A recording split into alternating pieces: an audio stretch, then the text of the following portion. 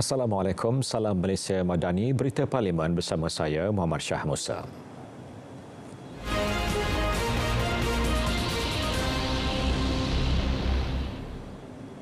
Menangani isu 3R iaitu bangsa, agama dan raja, RTM dan Bernama sentiasa mendukung segala usaha kerajaan melalui bahan siaran di televisyen, radio dan media digital.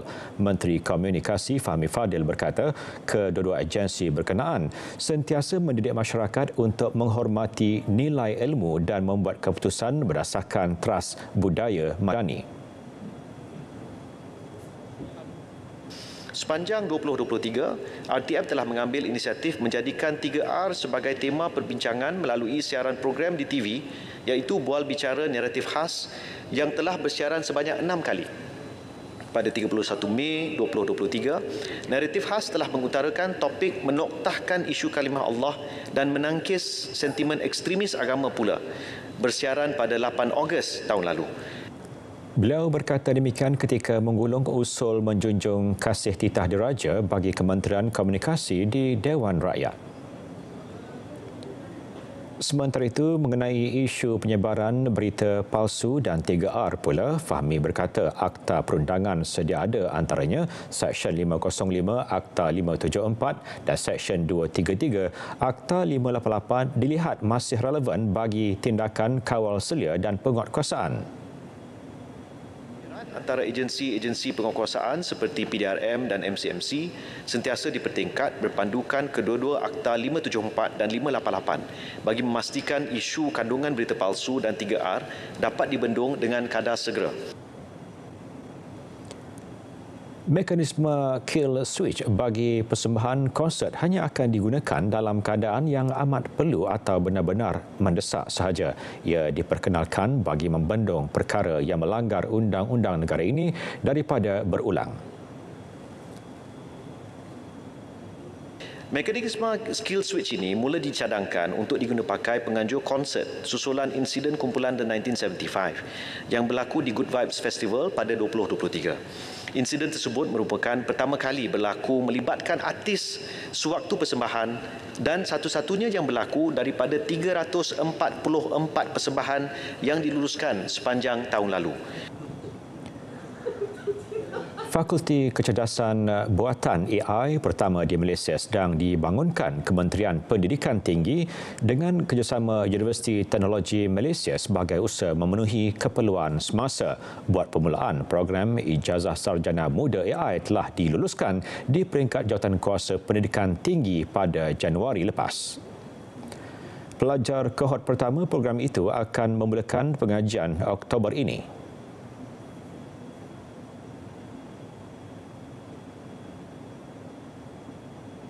Pembangunan dan kurikulum AI tersebut telah dikenal pasti menepati keperluan industri, melibatkan pakar-pakar bidang AI serta seiring dengan Pelan Hala Tuju Kecerdasan Buatan Negara 2021-2025 yang dirangka oleh Kementerian Sains, Teknologi dan Inovasi.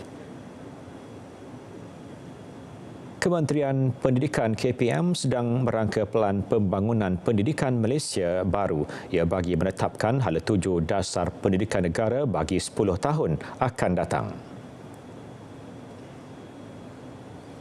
Terdapat 4 fasa yang berhormat dalam penyediaan pelan pendidikan baru di mana fasa pertama melibatkan analisis terperinci pencapaian prestasi pelan pembangunan. Fasa kedua, sesi libat urus melibatkan kesemua pemain industri, guru cemerlang, dekan fakulti dan lain-lain untuk mendapatkan input bagi penambahbaikan sistem pendidikan negara. Fasa ketiga akan melibatkan perbincangan kumpulan berfokus dan dialog awam bagi mendapatkan input lanjut mengenai bidang keutamaan yang telah dipersetujui. Dan fasa keempat meliputi proses mendapatkan maklum balas mengenai draft pelan pendidikan baru sehingga pelan tersebut mendapat kelulusan Jemaah Menteri. Fadlina turut menafikan dakwaan sekolah vernakular menggunakan silibus yang berlainan daripada yang ditetapkan KPM. Pada sesi penggulungan, Kementerian Perpaduan Negara tidak merancang untuk membuat sebarang perubahan struktural kepada rukun negara. Ini kerana kesemua prinsip sedia ada telah mencukupi bagi melahirkan rakyat Malaysia yang patriotik.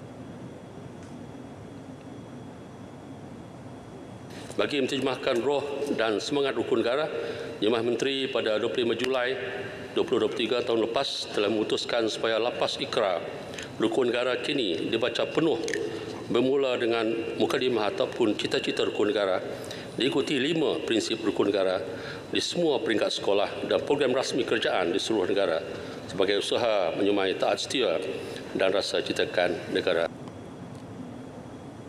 Dalam pada itu, Kementerian Pembangunan Usahawan dan Koperasi akan memberi fokus kepada usaha mengukuhkan rangkaian kedai koperasi Co-op Mart sedia ada. Sementara pembukaan rangkaian Co-op Mart yang baharu pula akan mengutamakan kawasan perumahan yang berpotensi seperti program perumahan rakyat dan projek perumahan penjawat awam Malaysia. Selain itu, selaras dengan aspirasi Dasar Koperasi Malaysia, DAKOM 2030, bagi memajukan sektor koperasi untuk pembangunan sosioekonomi masyarakat, Kementerian melalui SKM juga telah melaksanakan program jualan madani koperasi sebagai salah satu alternatif dalam membantu kerajaan menangani kos sara hidup. Ia memberi peluang kepada masyarakat untuk mendapatkan barangan keperluan harian dengan kadar penjimatan sehingga 20% yang akan dapat meringankan beban kehidupan seharian rakyat. Sehingga 1 Mac sebanyak 2,611 Co-op Mart telah ditubuhkan di seluruh negara.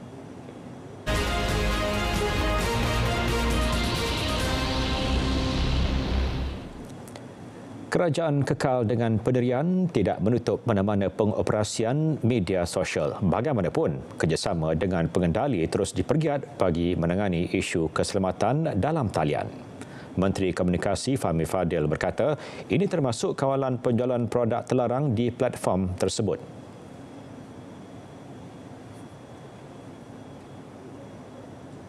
Di Malaysia, kita pada waktu ini, saya ulang, tidak berhasrat untuk menutup mana-mana platform media sosial, tapi kita percaya kita perlukan kerjasama yang lebih baik daripada platform-platform ini, dan ada beberapa langkah yang sedang dipertimbang untuk pastikan sekiranya ada isu-isu seperti keselamatan dalam talian bagi kanak-kanak terutamanya, isu bahan-bahan lucah, bahan-bahan pornografi dan sebagainya dapat ditangani dengan lebih baik, termasuk juga masalah jualan produk-produk yang mungkin tidak patut. Ya, jadi ada beberapa perkara ini sedang diteliti dan insya-Allah kita akan tangani dengan lebih menyeluruh.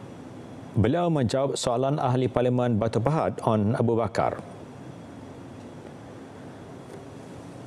Perisian Parental Control Tools antara inisiatif bagi memantau kandungan dalam talian yang diakses kanak-kanak.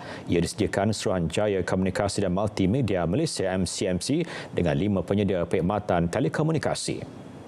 Menteri Komunikasi Fahmi Fadil berkata perisian itu membolehkan ibu bapa menapis, menghadkan dan menyekat kandungan yang diakses anak-anak. Kebanyakan penyedia platform media sosial mempunyai had umur pengguna akaun di mana hanya mereka yang berusia 13 tahun ke atas sahaja dibenarkan membuka akaun media sosial.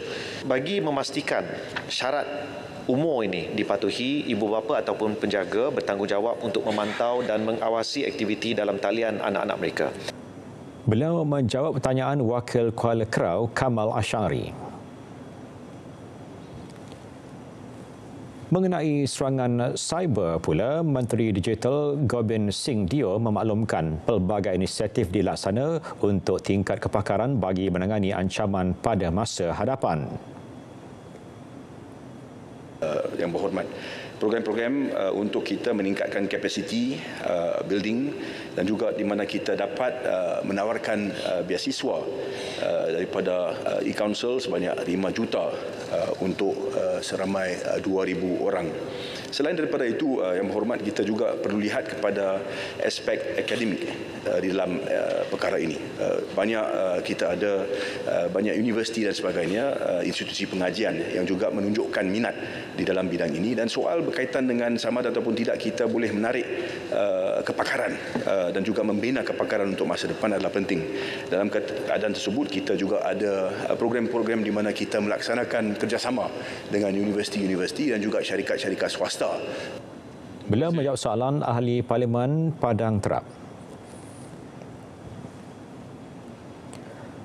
Rang Undang-Undang RUU Perkhidmatan Parlimen telah siap, jelas Menteri di Jabatan Perdana Menteri Undang-Undang dan Reformasi Institusi Dato' Sri Azalina Osman Said.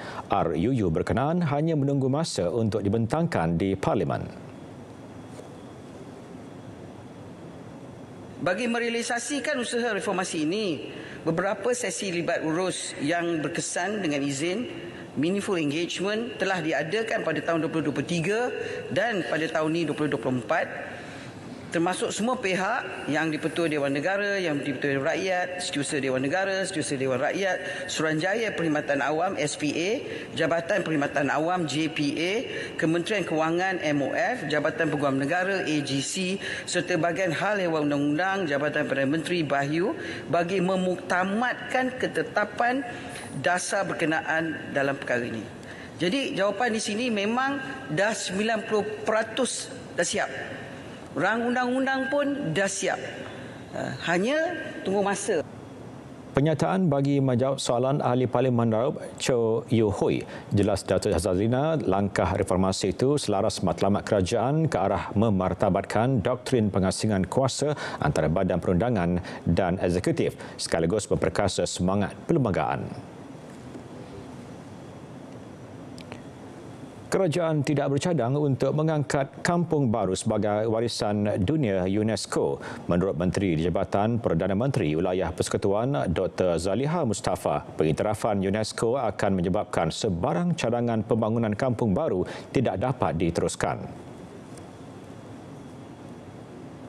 Pengiktirafan warisan mempunyai 3 peringkat, bermula daripada tapak warisan yang diberikan oleh Jabatan Warisan Negara, kemudian diikuti pula oleh warisan negara yang diberikan oleh Kementerian Pelancongan Seni dan Budaya atau MOTEK, dan kemudian barulah warisan dunia yang diberikan oleh UNESCO. Pengiktirafan warisan di ketiga-tiga peringkat ini mempunyai beberapa kriteria yang perlu dipenuhi dan setengahnya tidak dapat dipadankan dengan ciri-ciri semasa Kampung Baru. Beliau menjawab soalan ahli Parlimen Pasir Salak Jamaluddin Yahya.